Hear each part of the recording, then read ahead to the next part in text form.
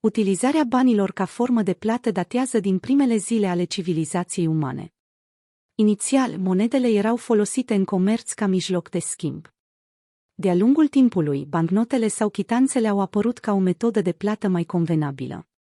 Mai recent, formele electronice de plată, cum ar fi criptomoneda, au devenit de asemenea răspândite. Banii sunt un concept care poate fi aplicat oricărui articol, atâta timp cât sunt îndeplinite anumite condiții. Mijlocul de schimb se referă la un concept fundamental în economie. Este funcția unei mărfuri sau serviciu care este folosită ca mijloc de a facilita tranzacțiile între părți, mai degrabă decât să servească unui scop pur funcțional. O unitate contabilă este un termen folosit pentru a descrie o anumită entitate responsabilă cu gestionarea înregistrărilor financiare și a tranzacțiilor. Se poate referi la o persoană sau un departament din cadrul unei organizații sau la o organizație separată în întregime specializată în servicii de contabilitate. Scopul unei unități de contabilitate este de a menține înregistrări exacte și transparente ale activității financiare, permițând individilor și organizațiilor să ia decizii în cunoștință de cauză pe baza stărilor financiare. Una dintre caracteristicile esențiale ale acestui dispozitiv este portabilitatea acestuia. O caracteristică care este foarte de dorit într-un produs este durabilitatea acestuia. Capacitatea de a fi împărțit în părți sau unități mai mici este o caracteristică cheie a acestei entități particulare. Termenul fungibil se referă la ceva care este interschimbabil sau înlocuibil cu altceva de valoare egală. Este important să se mențină valoarea unei monede pentru a-și păstra puterea de cumpărare. Aurul și argintul au fost considerate de mult timp ca o formă de monedă, jucând rolul de bani de mii de ani. Cu toate acestea, este important de menționat că moneda îndeplinește doar cele 6 condiții inițiale necesare pentru ca aceasta să fie considerată o formă validă de monedă.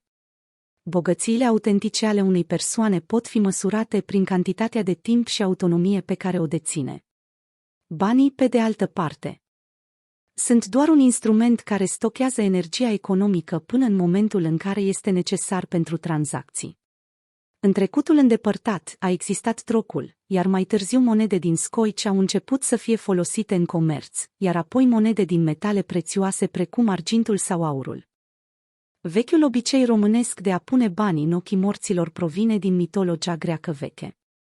În antichitate, morților li se dădeau bani pentru a-l plăti pe Charon, șantajătorul lui Hades. Dacă și-ar putea permite biletul, i-ar duce pe cei proaspăt morți peste Acheron. În Grecia antică, o monedă era adesea plasată sub limba unui cadavru căplată către haiducul Charon.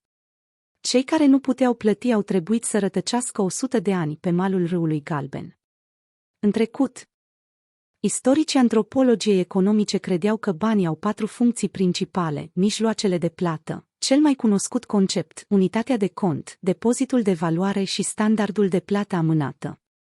Manualele moderne de economie disting doar 3 funcții, printre altele fiind inclusă normă de întârziere a plăților, taxe, amenzi.